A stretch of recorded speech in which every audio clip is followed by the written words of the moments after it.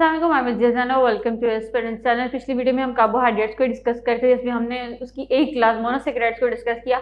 आज हम oligosaccharides and polysaccharides को डिस्कस करेंगे।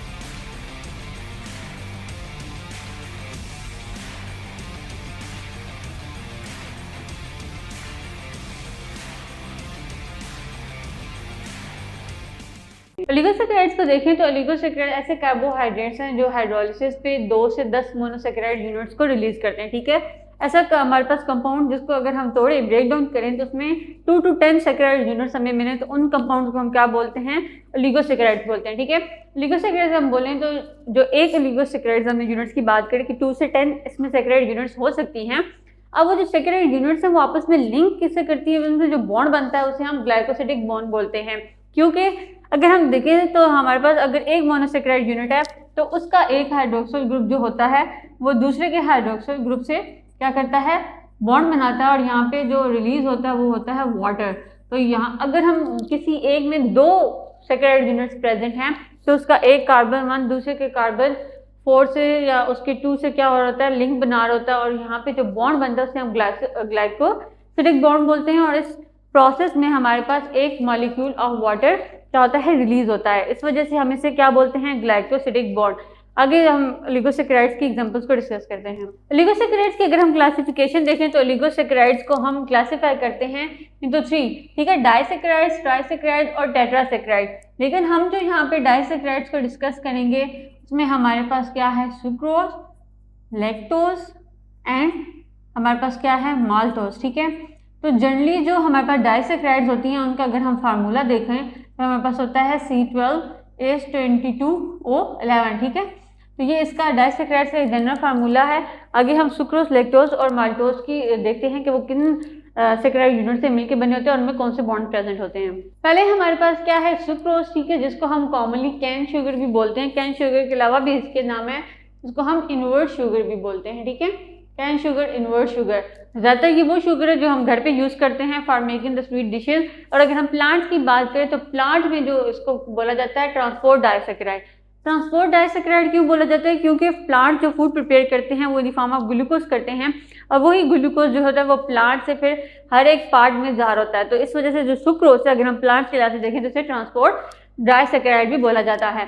सुक्रोज की बात करें तो ये ज़्यादा सॉल्युबल होता है, therefore can be move efficiently in high. ठीक है, ये सॉल्युबल जल्दी हो जाता है, इसी वजह से इसकी जो ट्रांसपोर्टेशन है प्लांट में वो एफिशिएंटली हो रही होती है। ठीक है, उसके बाद sucrose is form by the concentration. अगर हम बात करें कि जो सुक्रोज है वो क्या है? एक डाइसेकेराइड है। डाइसेकेराइड है, इसका मतलब है उसके अंदर 2 हमारे पास सेकेराइड यूनिट्स होनी है। तो 2 सेकेराइड यूनिट जो बात करेंगे वो किससे मिलकर बना होता है? One is the glucose and other is the fructose. Glucose and fructose को मिलाएंगे, आपस में बॉन्ड बनाएंगे, ग्लाइकोसिडिक बॉन्ड। तो हमारे पास जो यूनिट बनेगी वो क्या है? हमारे पास सुक्रोज। यहाँ पे भी एक वाटर का मॉलिक्यूल रिलीज होता है। अब जो बॉन्ड बनना होता है अगर हम डिस्कस करते हैं, जिसमें एक जो है हमारे पास ग्लूकोज है उसका हाइड्रोक्सिल ग्रुप बॉन्ड बना रहा होता है with hydroxyl group of other molecule fructose, और यहाँ पे भी एक वाटर का मॉलिक्यूल रिलीज होता है, और इसमें जो बॉन्ड बनता है उसे हम बोलते हैं अल्फा 1,2 ग्लाइकोसिडिक बॉन्ड। अभी हमने देखा कि हमने बोला कि जो सुक्रोज है वो 2 सेकेराइड यूनिट से मिलकर बनी होती है। एक हमारे पास क्या है? ग्लूकोज, अदर क्या है? फ्रुक्टोज। ग्लूकोज और फ्रुक्टोज के जो दोनों के जो हाइड्रोक्सिल ग्रुप्स हैं वो आपस में क्या करते हैं? बॉन्ड बनाते हैं, वहां से क्या होता है? हाइड्रोजन रिलीज होता है। अब ग्लूकोज यहाँ पे जो है वो हमारे पास अल्फा ग्लूकोज, और जो फ्रुक्टोज है वो बीटा हमारे पास फ्रुक्टोज है।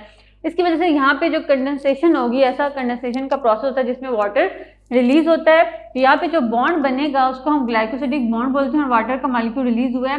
तो यहाँ पे जो अगर हम बात करें तो जो ग्लूकोज है उसके कार्बन 1 से, और फ्रुक्टोज है उसके कार्बन नंबर 2 के साथ हमारा क्या हुआ है? यहाँ पे बॉन्ड हुआ है।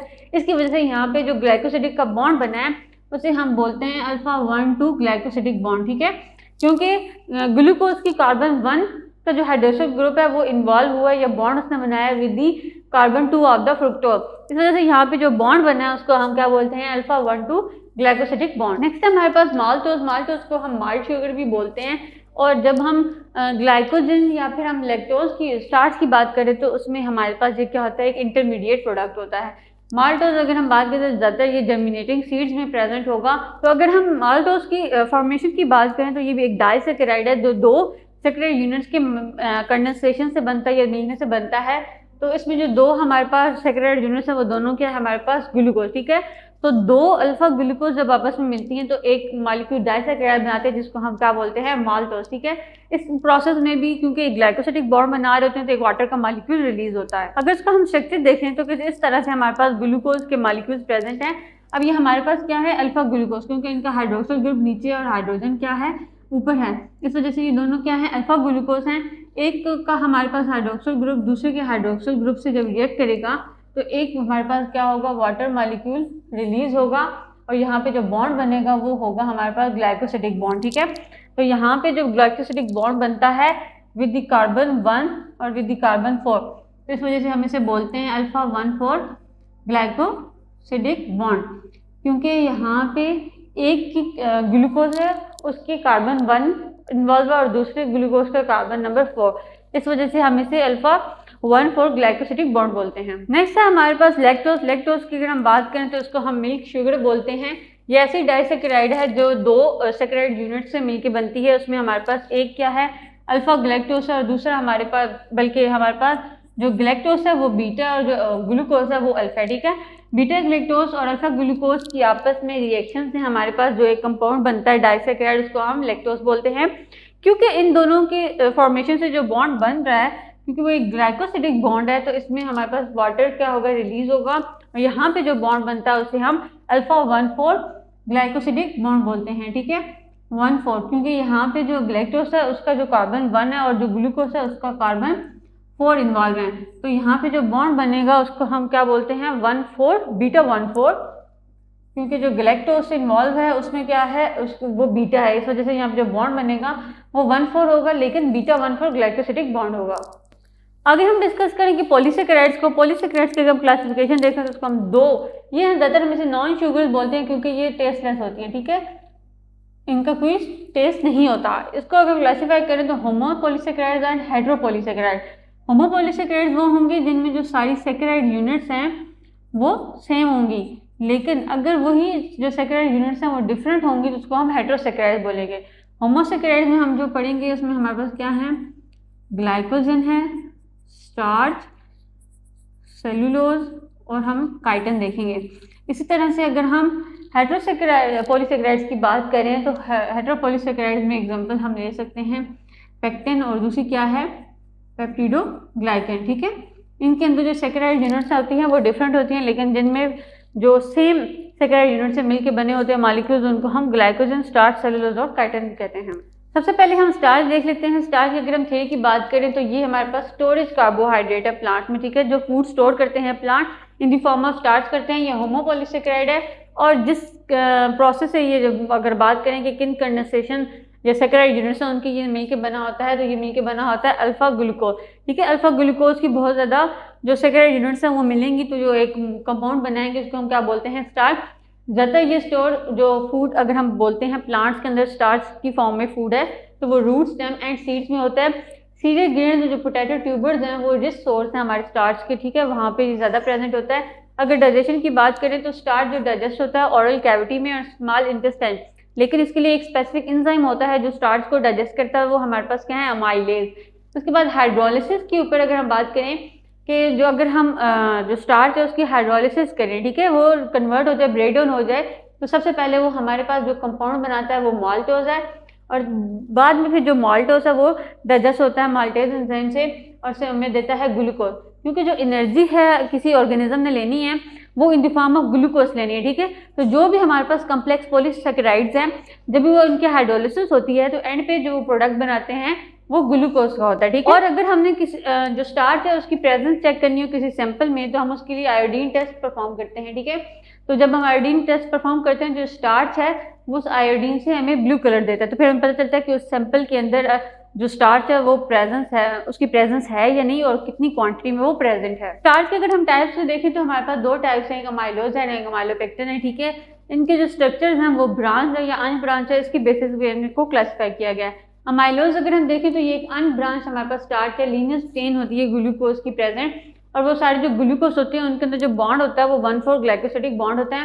अगर सॉल्युबिलिटी की बात करें तो उस पर भी ये दोनों डिफर करते हैं, ये सॉल्युबल होते हैं इन हॉट वाटर ओनली। ठीक है, अगर हम अमाइलोपेक्टिन की बात करें तो ये ब्रांच स्ट्रक्चर है, लीनियर चेन भी होती है लेकिन साथ में इसमें 1,4 और 1 जो 6 ग्लाइकोसिडिक बॉन्ड भी प्रेजेंट होता है। तो इस तरह से एक इसका अनब्रांच सा स्ट्रक्चर होता है। और इसकी सॉल्युबिलिटी की बात करें तो ये कम्प्लीटली इनसॉल्युबल होता है इन वाटर। नेक्स्ट है हमारे पास ग्लाइकोजन। ग्लाइकोजन भी हमारे पास एक होमोपॉलीसेकेराइड्स है। और जिस तरह से प्लांट्स में जो वो अपना फूड स्टोर करके रखते हैं स्टार्च, इस तरह से एनिमल्स में जो हमारे पास स्टोरेज कार्बोहाइड्रेट है वो क्या है, ग्लाइकोजन। और इस वजह से इसको एनिमल स्टार्च भी बोला जाता है, ठीक है, क्योंकि जिस तरह से स्टार्च प्लांट्स में फूड स्टोर करके एनर्जी स्टोर करके रख रहा है, इसी तरह से जो एनिमल्स हैं उसमें वो एनर्जी या फूड स्टोर होता है in the form of glycogen. ज़्यादातर ये हमें जो इनकी अगर हम बात करें कि ये कहाँ पे प्रेजेंट होते हैं तो ज़्यादातर प्रेजेंट होते हैं in the liver and muscle cell. उसके बाद अगर हम ग्लाइकोजन की डाइजेशन करें तो इससे हमें जो स्टार्च की जो जब हाइड्रोलिसिस करते हैं तो उससे बिल्कुल सिमिलर है, ठीक है। और इसमें जो प्रेजेंस होती है अगर हमें डिटेक्ट करनी है, जैसे हम स्टार्च की डिटेक्ट करते हैं आयोडीन के टेस्ट से, इसी तरह से ग्लाइकोजन की भी हम अगर हमने किसी सैंपल के अंदर उसकी चेक करनी है कि वो कितनी प्रेजेंस है उसकी, अगर प्रेजेंट है भी कि नहीं, तो उसके लिए आयोडीन टेस्ट करते हैं। स्टार्च हमें ब्लू कलर देता था, लेकिन अगर हम ग्लाइकोजन की करें तो ये हमें उस रिएक्शन का क्या है कि रेड कलर होगा।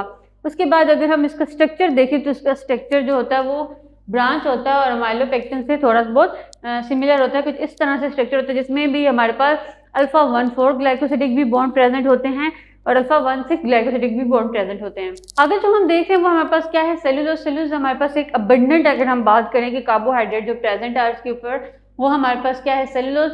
ये एक होमोसेकेराइड है, ठीक है, सिमिलर सेकेराइड यूनिट से मिलकर बना होता है। और ये भी इसकी जो अगर हम बात करें किस सेकेराइड यूनिट्स होती हैं इसके अंदर प्रेजेंट, वो हमारे पास होती हैं बीटा ग्लूकोज, ठीक है।